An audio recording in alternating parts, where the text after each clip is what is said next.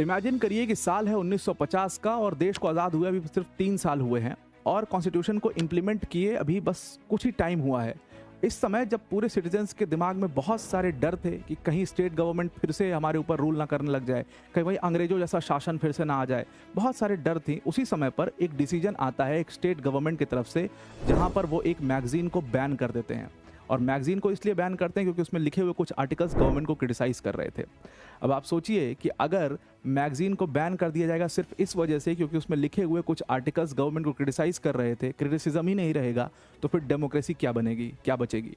अब लोगों के बीच में जो डर था ये और ज़्यादा पुख्ता होते चला गया। ये केस था Romesh Thapar versus state of Madras का 1950 का, और बहुत ही इंटरेस्टिंग केस था। मैगजीन का नाम था क्रॉस रोड्स और जो उनके एडिटर थे उसका नाम था रोमेश थापर। रोमेश थापर की मैगजीन के ऊपर बैन सिर्फ इसलिए लगाया गया था क्योंकि उसमें कुछ आर्टिकल्स थे जो गवर्नमेंट को बड़ी स्ट्रांगली क्रिटिसाइज कर रहे थे कि गवर्नमेंट सही तरीके से मद्रास को नहीं चला सकती है, और इसीलिए उसके ऊपर बैन लगा दिया गया। गवर्नमेंट ने रीज़न दिया कि भाई इससे पब्लिक ऑर्डर डिस्टर्ब हो सकता है।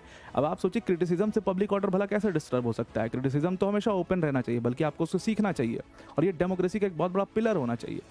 अब मद्रास गवर्नमेंट के इस डिसीजन के बाद रोमेश थापर के पास सिर्फ एक ऑप्शन बचता है, वो सीधा सुप्रीम कोर्ट चले जाते हैं। और अच्छी समझ थी उनको यहाँ पर कॉन्स्टिट्यूशन की, तो वो सुप्रीम कोर्ट जाते हैं और सुप्रीम कोर्ट में कहते हैं कि भाई मेरे मैगजीन का इशू नहीं है, ये इशू एक्चुअल में मैगजीन से बहुत बड़ा है। ये एक्चुअल में इशू है freedom of speech and expression का, जो कि हर सिटीजन के पास होना चाहिए। और ये freedom of speech and expression हमारा कॉन्स्टिट्यूशन हमको इंश्योर करता है आर्टिकल 19(1)(a) के अंतर्गत।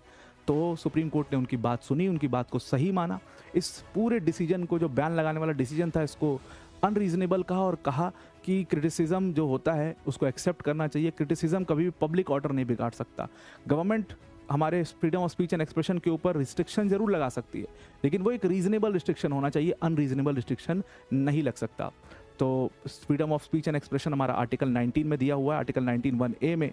और आर्टिकल 19 में सिर्फ यही एक फ्रीडम नहीं दिया हुआ है, बल्कि 6 अलग अलग फ्रीडम्स हैं, और उससे रिलेटेड बहुत सारे सुप्रीम कोर्ट के केसेस हैं, बहुत सारी कहानियां हैं, और काफ़ी इंटरेस्टिंग आर्टिकल 19, जहां से यूपीएससी बहुत अंदर डीप जा करके क्वेश्चन पूछ सकता है। Thank you.